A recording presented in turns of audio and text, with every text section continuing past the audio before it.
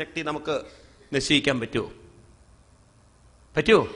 അതുകൊണ്ടാണ് ഭഗവാൻ ഗീതയിൽ പറയുന്നത് ആശ്ചര്യവത് പശ്ചതികശ്ചിദേനം ആശ്ചര്യവത് വദതി തദൈവ ജാന്യ ആശ്ചര്യവശ്ചേനമന്യശൃണോതി ശ്രുത്വാപ്യേനം നൈവ വേദന കശ്ചിൽ. ആശ്ചര്യമാണ് ഭഗവാന്റെ അത്ഭുതം. ഭഗവാന്റെ ലീലകളൊക്കെ അത്ഭുതം തന്നെയാണ്. ഭഗവാന്റെ രീതികളൊക്കെ അത്ഭുതം തന്നെയാണ്. അപ്പൊ നമ്മളിൽ അന്തർലീനമായിരിക്കുന്ന ഭഗവാനിൽ ഇച്ഛാശക്തിയുണ്ട്, ക്രിയാശക്തിയുണ്ട്, ജ്ഞാനശക്തിയുണ്ട്. ഇനി ഈവൻ ഒരു ജീവജാലം പോട്ടെ, എല്ലാ വസ്തുക്കളിലും ഒരു കല്ലിലുമുണ്ട്. നോക്കൂ, നിങ്ങളൊരു ചെറിയ ഈ മൈക്ക് ഇതിലുമുണ്ട്, ഈ പുസ്തകത്തിലുമുണ്ട് ഇച്ഛാശക്തി, ജ്ഞാനശക്തി, ക്രിയാശക്തി ഒക്കെ ഉണ്ട്. ഈ പുസ്തകത്തിൽ ഒന്ന് നോക്കിക്കഴിഞ്ഞാൽ ഇതിൻ്റെ ഉള്ളിൽ വളരെ സൂക്ഷ്മമായി ഒരു ഫിസിസിസ്റ്റിനോട് ചോദിച്ചു കഴിഞ്ഞാൽ ഇലക്ട്രോണുകൾ മൂവ് ചെയ്യുന്നില്ലേ? ഇതിനുള്ള ആറ്റഗണികകളിൽ ഇലക്ട്രോണുകൾ മൂവ് ചെയ്യുന്നില്ലേ? കുറച്ചൊരു സയൻസ് പഠിച്ചവർക്ക് അറിയാൻ പറ്റും. ഉണ്ടാവില്ലേ എന്നല്ല, ഉണ്ട്. അത് എങ്ങനെ സഞ്ചരിക്കണം, ഏത് റൂട്ടിൽ സഞ്ചരിക്കണം എന്നൊരു നോളജ് അതിൻ്റെ അകത്ത് ഉണ്ടാവില്ലേ? ഇലക്ട്രോണുകൾ ന്യൂട്രോണുകൾ ചുറ്റും അതിങ്ങനെ കറങ്ങുന്നു, ഒരു റിത്തത്തിലാണത് കറങ്ങുന്നത്. ഉണ്ടാവില്ലേ? ഉണ്ട്. അതിൽ ക്രിയയുണ്ട്, അതിൽ ജ്ഞാനമുണ്ട്. എത്ര കാലം ഈ പുസ്തകം ഇങ്ങനെ നിലനിൽക്കണം എന്നൊരു ഇച്ഛയും അതിലുണ്ട്. കുറെ കാലം കഴിഞ്ഞാൽ ഈ പുസ്തകവും കേടുവരും. ഉണ്ടോ ഇല്ലയോ? ഒരു ചെടിയിലുമുണ്ട് ഇച്ഛാശക്തി, ജ്ഞാനശക്തി, ക്രിയാശക്തി, ഇല്ലേ? ആ ചെടി പുറമേ നിന്ന് വായു വലിച്ചെടുക്കുന്നുണ്ട്, ക്രിയ നടക്കുന്നുണ്ടോ? ഇത്ര കാലം നിലനിൽക്കണം എന്നുള്ളൊരു ഇച്ഛയുണ്ട്, അതില് ഉണ്ടോ? അതിലുമുണ്ട് ഒരു നോളജ്, ഏതിനെ പുറത്തു വിടണം, ഏതിനെ സ്വീകരിക്കണം എന്ന്. ഉണ്ടോ ഇല്ലയോ? ഇങ്ങനെ നമ്മൾ പ്രപഞ്ചത്തിൽ നോക്കിക്കഴിഞ്ഞാൽ എല്ലാ വസ്തുവിലും ഇച്ഛാശക്തിയുണ്ട്, ക്രിയാശക്തിയുണ്ട്, ജ്ഞാനശക്തിയുണ്ട്. ഇനി നമ്മൾ കൂടുതലൊന്നും പുറമേക്ക് നോക്കി പഠിക്കേണ്ട. നമ്മുടെ ഋഷീശ്വരന്മാര് പറയുന്നത് ഏത് പിണ്ഡത്തിലുണ്ടോ അത് ബ്രഹ്മാണ്ടത്തിലുണ്ട്. അപ്പൊ നിങ്ങൾ ലോകം എടുത്ത് പഠിക്കുന്നതിനേക്കാൾ എളുപ്പം എന്തിനെ പഠിച്ചാൽ മതി? നമ്മളെ എടുത്ത് പഠിച്ചാൽ മതി. ഋഷീശ്വരന്മാരുണ്ടല്ലോ, പുറമേയുള്ള ഒന്നിനെ ഉപദ്രവിച്ചിട്ടില്ല. ഈ മോഡേൺ സയന്റിസ്റ്റുകൾ ചെയ്തതുപോലെ പുറമേ ഒന്നിനും നശിപ്പിച്ചിട്ടില്ല. അവർ പഠിച്ചതൊക്കെ തന്നെ ഇരുന്നു കൊണ്ട് പഠിച്ച് തന്നിലൂടെ അവർ ലോകശാസ്ത്രം മനസ്സിലാക്കിയവരാണ്. നമ്മുടെ സ്വന്തം ശരീരം എടുത്തു നോക്കൂ. നമ്മൾ ഉറക്കത്തിൽ നോക്കിക്കഴിഞ്ഞാൽ ബ്ലഡ് സർക്കുലേഷൻ നടക്കുന്നില്ലേ? ഉണ്ടല്ലോ. ശരീരത്തിൽ ദഹനം നടക്കുന്നുണ്ടല്ലോ, ക്രിയകൾ നടക്കുന്നുണ്ടല്ലോ. ഉണ്ടോ ഇല്ലയോ? ബ്ലഡ് എവിടെയൊക്കെ എന്തൊക്കെ സാധനങ്ങളെ കൊടുക്കണം, ശരീരത്തിന്റെ ഏതൊക്കെ ഭാഗങ്ങളിൽ എന്തൊക്കെ സപ്ലൈ ചെയ്യണം എന്നുള്ളൊരു ജ്ഞാനമുണ്ടല്ലോ ശരീരത്തിൽ. ഉണ്ടല്ലോ. ഈ ശരീരം എപ്പോ ഉണരണം, എപ്പോ ഇത് അസ്തമിക്കണം എന്നൊക്കെ ഉള്ളൊരു ഇച്ഛയും ഇതിലുണ്ടല്ലോ. ഇങ്ങനെ നോക്കിക്കഴിഞ്ഞാൽ ഏത് വസ്തുവിലും ഇച്ഛാശക്തിയുണ്ട്, ക്രിയാശക്തിയുണ്ട്, ജ്ഞാനശക്തിയുണ്ട്. അപ്പൊ ഭഗവാൻ എന്ന് പറഞ്ഞാൽ ഇച്ഛാശക്തി, ജ്ഞാനശക്തി, ക്രിയാശക്തി സ്വരൂപത്തോട് കൂടിയത് കൊണ്ടാണ് ലളിതാ സഹസ്രനാമത്തിൽ അങ്ങനെ ഒരു മന്ത്രം ഉണ്ടല്ലോ. ദേവിയെ വർണ്ണിക്കുന്ന സമയത്ത് ഇച്ഛാശക്തി, ജ്ഞാനശക്തി, ക്രിയാശക്തി സ്വരൂപിണി നമ. ഇനി ഇതിന്റെ വികാസമാണ് ഈ പ്രപഞ്ചം. എങ്ങനെയൊക്കെയാണ് വികസിപ്പിക്കുന്നത്? ഭഗവാൻ പറയുന്നു, ആദ്യം ഇതിൽ ഇടപഴകുന്നത് കാലമാണ്. ആരാണ്? കാലം. നമുക്ക് നമ്മളിൽ നോക്കി പഠിക്കാം.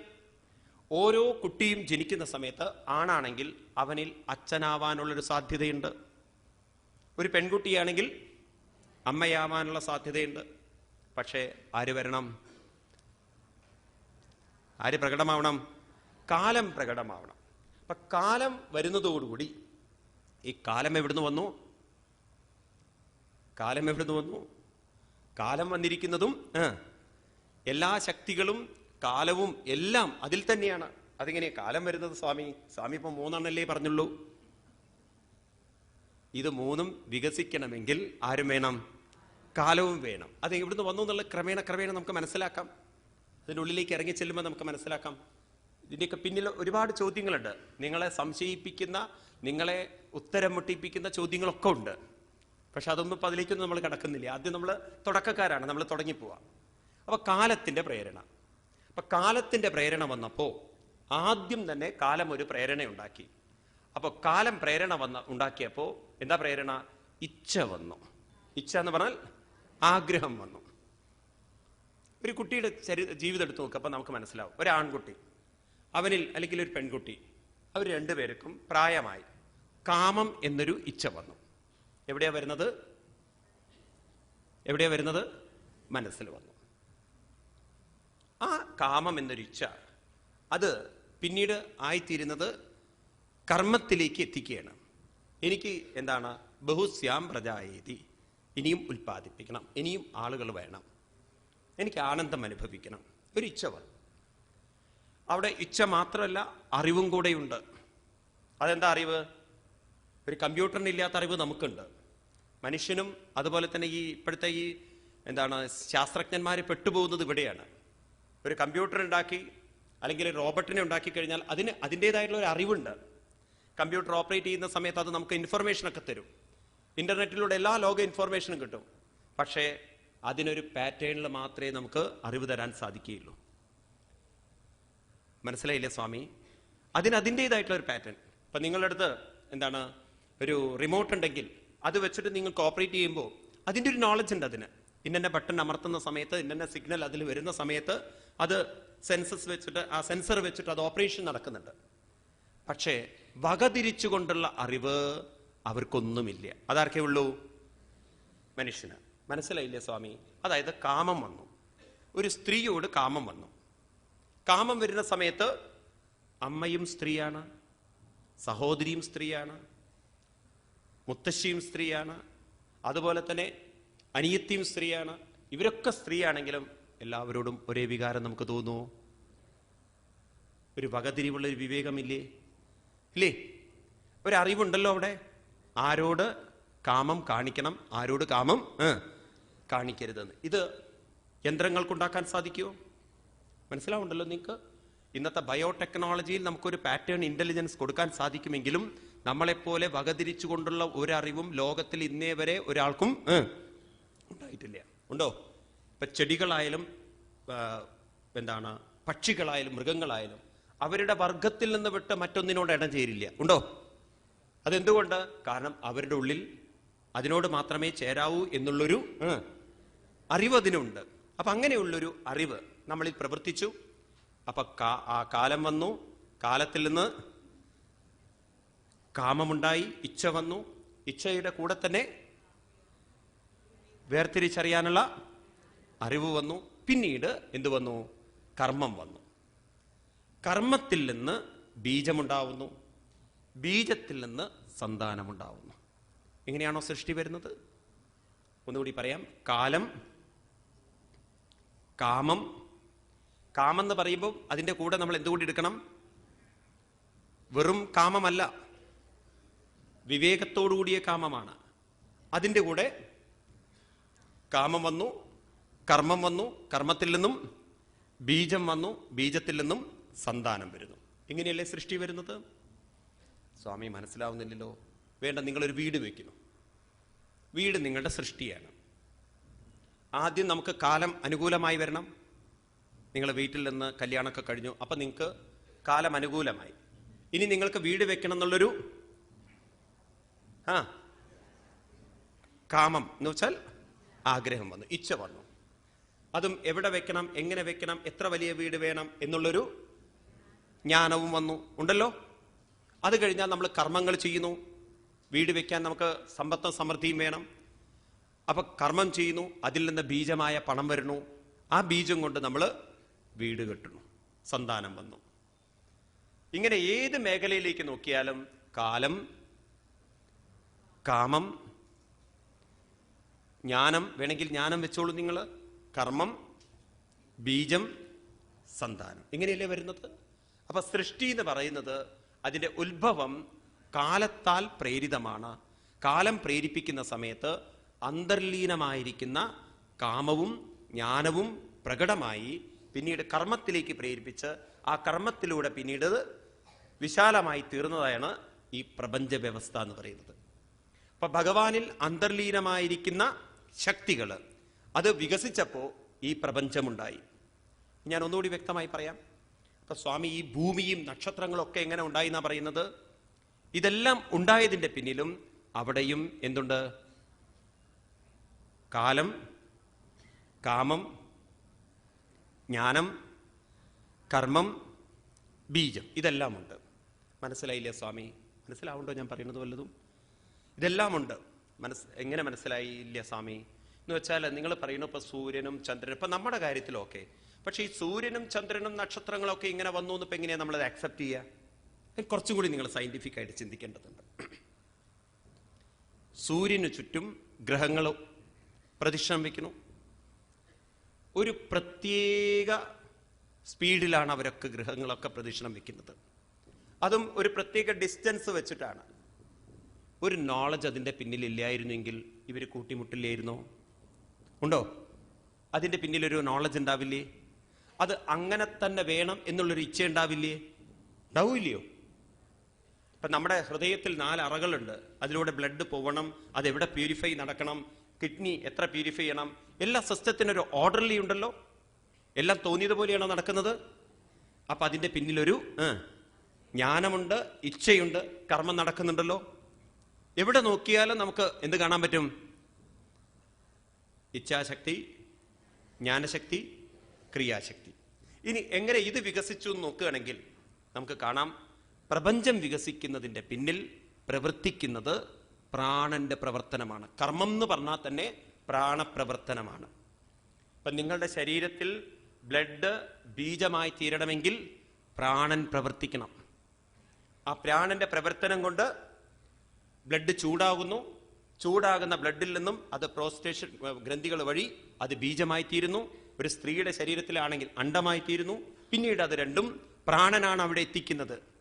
ഒരു ആണിന്റെ ശരീരത്തിൽ നിന്ന് ബീജത്തെ, അത് വെള്ളമായിരിക്കുന്ന ബീജത്തെ ഇജാക്കുലേറ്റ് ചെയ്ത് അത് ഗർഭപാത്രത്തിലേക്ക് എത്തിക്കണമെങ്കിൽ അതിന്റെ പിന്നിൽ ആര് വേണം? പ്രാണന്റെ പ്രവർത്തനം വേണം. അങ്ങനെ പ്രാണന്റെ പ്രവർത്തനം കൊണ്ടാണ് ഈ പ്രപഞ്ച വ്യവസ്ഥ ഉണ്ടാകുന്നതെങ്കിൽ അതെങ്ങനെയാണ് സ്വാമി ഉണ്ടാകുന്നത്? പ്രാണന്റെ പ്രവർത്തനം കൊണ്ട് 2 ശക്തികൾ തമ്മിൽ ചേരുന്ന സമയത്ത് ഒരു സ്ഫോടനമുണ്ടായി എന്ന്. ഇവിടെ 2 ശക്തികൾ ചേരുമ്പോഴാണല്ലോ മൂന്നാമതൊന്നുണ്ടാവുന്നത്. കേവലം ഒരു പുരുഷന്റെ ശരീരം മാത്രം വിചാരിച്ചാൽ സൃഷ്ടി നടക്കുവോ? അപ്പൊ ഇവിടെ ഒരു പുരുഷന്റെ ശക്തിയും വേണം, ഒരു സ്ത്രീ ശക്തിയും വേണം, ഒരു ദുർബല ശക്തിയും വേണം, ഒരു സ്ട്രോങ് ശക്തിയും വേണം. ഇപ്പൊ ഈ ദുർബല ശക്തിയെ നമ്മുടെ പൂർവികന്മാര് അതിനെ പ്രകൃതിയുടെ ജീവഭാവമെന്നും സ്ട്രോങ് ശക്തിയെ ഈശ്വരഭാവം എന്നും വിളിച്ചു. ഇന്നത്തെ ഭാഷയിൽ പറഞ്ഞു കഴിഞ്ഞാൽ ഒന്ന് നെഗറ്റീവാണ്, മറ്റൊന്ന് പോസിറ്റീവാണ്. ഇത് രണ്ടും ചേരുന്ന സമയത്ത്, കൂട്ടിമുട്ടുന്ന സമയത്ത് അതിൽ നിന്ന് പല രൂപങ്ങളും പ്രകടമാവുന്നു. ഒന്നുകൂടി പറയാം. 2 ശക്തികൾ തമ്മിൽ കൂട്ടിമുട്ടുന്ന സമയത്ത് അതിൽ നിന്ന് അഗ്നി ഉണ്ടാവുന്നു, അഗ്നിയിൽ നിന്ന് വെള്ളമുണ്ടാകുന്നു, വെള്ളത്തിൽ നിന്ന് സോളിഡ് ഉണ്ടാകുന്നു. നമ്മുടെ ശരീരത്തിലേക്ക് നോക്കൂ നിങ്ങൾ. ശരീരത്തിൽ ഒരു സ്ത്രീയുടെയും പുരുഷന്റെയും ശരീരം ചേരുന്ന സമയത്ത് ആ കാമം എന്ന വികാരം കൊണ്ട് പ്രാണപ്രവർത്തനം ഉണ്ടാകുന്നു. ആ പ്രാണപ്രവർത്തനം കൊണ്ട് രക്തം ചൂടാകുന്നു, അഗ്നി ഉണ്ടാകുന്നു. ആ അഗ്നി കൊണ്ട് ബീജമുണ്ടാകുന്നു. ഇത് രണ്ടും ബീജവും അണ്ഡവും കൂട്ടിമുട്ടുന്നു. അത് വെള്ളമാണ്. പിന്നീട് അത് ഘനീഭവിച്ച് ഒരു കുട്ടിയുടെ രൂപം സോളിഡ് ഉണ്ടാകുന്നു. മനസ്സിലാവുന്നുണ്ടല്ലോ? അങ്ങനെ നമ്മൾ സൃഷ്ടിയിലേക്ക് നോക്കിക്കഴിഞ്ഞാൽ ഇത് സൂക്ഷ്മമായ പ്രാണന്റെ ശക്തിയായിരുന്നു. അതിനെയാണെന്ന് സയന്റിസ്റ്റുകൾ എനർജി എന്ന് വിളിക്കുന്നത്. നിങ്ങൾക്ക് മാറ്ററിനെ കാണാൻ സാധിക്കും, ഏതിനെ കാണാൻ പറ്റില്ല? എനർജിയെ കാണാൻ പറ്റില്ല. പ്രാണനെ നമുക്ക് കാണാൻ പറ്റുമോ? ഇല്ല, കാണാൻ പറ്റില്ല. അപ്പൊ അങ്ങനെയാണ് ഈ പ്രപഞ്ചങ്ങളൊക്കെ വികസിച്ചു വന്നത്. അടിസ്ഥാനപരമായി നമ്മൾ കാണുന്നത് ഇതെല്ലാം തുടങ്ങുന്നത് കാലപ്രേരിതമായ എവിടെ നിന്നാണ്? കാമങ്ങളിൽ നിന്നാണ്, ആഗ്രഹങ്ങളിൽ നിന്നാണ്, ഇച്ഛകളിൽ നിന്നാണ്. അപ്പൊ അങ്ങനെ വികസിച്ചതാണ് ഈ പ്രപഞ്ചമെങ്കിൽ അവസാനം എന്തുണ്ടാവുന്നു? ക്രമേണ നാം ഇച്ഛകളോട് കൂടിയിട്ട് സൃഷ്ടിക്കപ്പെട്ടതിലെല്ലാം നമ്മുടെ മാത്രം കഴിവുകൊണ്ടല്ല സൃഷ്ടിച്ചത്. നമ്മുടെ ഇൻവോൾവ്മെന്റ് എന്ന് പറയുന്നത് വളരെ കുറഞ്ഞ ശതമാനം മാത്രമേ ഉള്ളൂ. ഒരു അച്ഛൻ മാത്രം വിചാരിച്ചാൽ ഒരു കുട്ടിക്ക് ജന്മം കൊടുക്കാൻ പറ്റുമോ? അങ്ങനെ പലരുടെയും പ്രവർത്തനം കൊണ്ട്, പലതിൻ്റെയും സഹായം കൊണ്ട് നിർമ്മിക്കപ്പെട്ടതിൽ എന്ത് ചെയ്യണോ? അത് എൻ്റെയാണെന്ന് നമ്മൾ അങ്ങോട്ട് ഉറപ്പിക്കുന്നു. അങ്ങനെയാണ് നമ്മൾ സൃഷ്ടിയിൽ എൻ്റേതെന്നും എൻ്റേതല്ലാത്തതെന്നും എന്നുള്ളൊരു ലോകത്തെ ഇവിടെ തിരിച്ചിരിക്കുന്നത്. അപ്പം ആളുകളൊക്കെ എൻ്റേത് വർദ്ധിപ്പിക്കാനാണ് ശ്രമിക്കുന്നത്. ഈ ലോകം നമുക്ക് ഡിസ്റ്റർബൻസ് ഉണ്ടാക്കുന്നത് എല്ലാവർക്കും ഒരേപോലെയല്ല ഉണ്ടാക്കുന്നത്, ആണോ? നിങ്ങളുടേതെന്ന് പറയുന്ന ലോകമേ നിങ്ങൾക്ക് ഡിസ്റ്റർബൻസ് ഉണ്ടാക്കുള്ളൂ. നിങ്ങളുടേതെന്ന് പറയുന്ന സൃഷ്ടിയെ നിങ്ങൾക്ക് പ്രശ്നം ഉണ്ടാക്കുള്ളൂ. എല്ലാം നിങ്ങൾക്ക് പ്രശ്നം ഉണ്ടാക്കുമോ? ഇല്ല. അപ്പൊ അങ്ങനെ നമ്മൾ അതിൽ ക്ലെയിം ചെയ്തിരിക്കുന്നു. അതുകൊണ്ട് ഇവിടെ നിങ്ങളത് മനസ്സിലാക്കൂ. ഈ പ്രപഞ്ചം മുഴുവൻ വികസിപ്പിച്ചതിൻ്റെ പിന്നിൽ കാലപ്രേരിതമായ ഇച്ഛയാണ്, കാമമാണ്. ആ കാമത്തിൽ നിന്ന് കർമ്മമുണ്ടാവുന്നു, കർമ്മത്തിൽ നിന്ന് ബീജമുണ്ടാവുന്നു, ബീജത്തിൽ നിന്ന് സന്താനമുണ്ടാവുന്നു. ഇത്രയും മനസ്സിലാക്കാൻ പ്രയാസമില്ലല്ലോ. കാലം, കാമം, കർമ്മം, ബീജം, സന്താനം, എല്ലാം അങ്ങനെയല്ലേ? പക്ഷേ ഈ കാമവും കാലവും കർമ്മവും ഇതൊക്കെ ആരുടെ സാന്നിധ്യത്തിലാണ് പ്രകടമാവുന്നത്? ഇതൊക്കെ നമുക്ക് അറിഞ്ഞ് അനുഭവിക്കണമെന്നുണ്ടെങ്കിൽ, ഇങ്ങനെയൊക്കെ നമ്മുടെ ശരീരത്തിൽ നടക്കണമെന്നുണ്ടെങ്കിൽ ഏത് ശരീരത്തിലേ നടക്കുള്ളൂ? ഉള്ളിൽ നിറഞ്ഞിരിക്കുന്നൊരു ചൈതന്യത്തിൽ നിന്നേ നടക്കുള്ളൂ. അതുകൊണ്ട് ഇതെല്ലാം വന്നിരിക്കുന്നത് ആരിൽ നിന്നാണ്? ഉള്ളിൽ നിറഞ്ഞിരിക്കുന്നൊരു ചൈതന്യത്തിൽ നിന്നാണ്. ആ ഭഗവാനെ സ്തുതിച്ചുകൊണ്ട് പറയുന്നു, നാരായണ പരാവേദാം ദേവാ നാരായണ പരാം ദേവാ നാരായണാംഗജാം നാരായണ പരാലോക നാരായണ പരാമക നാരായണ പരോ യോഗോ നാരായണ പരം തപ നാരായണ പരം ജ്ഞാനം നാരായണ പരാഗതി. നാരായണ പരാവേദ, അറിയേണ്ടത് നാരായണനെയാണ്. അംഗജ, ദേവന്മാര്, ഇന്ദ്രിയങ്ങൾ, ഇതൊക്കെ വരുന്നത് നാരായണനിൽ നിന്നാണ്. നാരായണ പരാലോക, ഈ ലോകം വിസ്തീർണമായി വന്നതും നാരായണനിൽ നിന്നാണ്. നാരായണ പരാമക, മഖം എന്ന് പറഞ്ഞാൽ യജ്ഞങ്ങള്, കർമ്മങ്ങള്, അതും നാരായണനിൽ നിന്നാണ്. നാരായണ പരോ യോഗോ, യോഗങ്ങൾ വികസിച്ചതും നാരായണനിൽ നിന്നാണ്. നാരായണ പരം തപ, തപവും നാരായണനിൽ നിന്നാണ്. നാരായണ പരം ജ്ഞാനം, ജ്ഞാനവും വന്നത് നാരായണനിൽ നിന്നാണ്. അവസാനം എത്തിച്ചേരേണ്ടതും നാരായണ പരാഗതി എവിടുന്നാണ്? നാരായണനിലാണ്. നാരായണൻ എന്ന് പറഞ്ഞാൽ, നാരായണൻ എന്നുള്ള ശബ്ദത്തിനർത്ഥം നാരത്തിൽ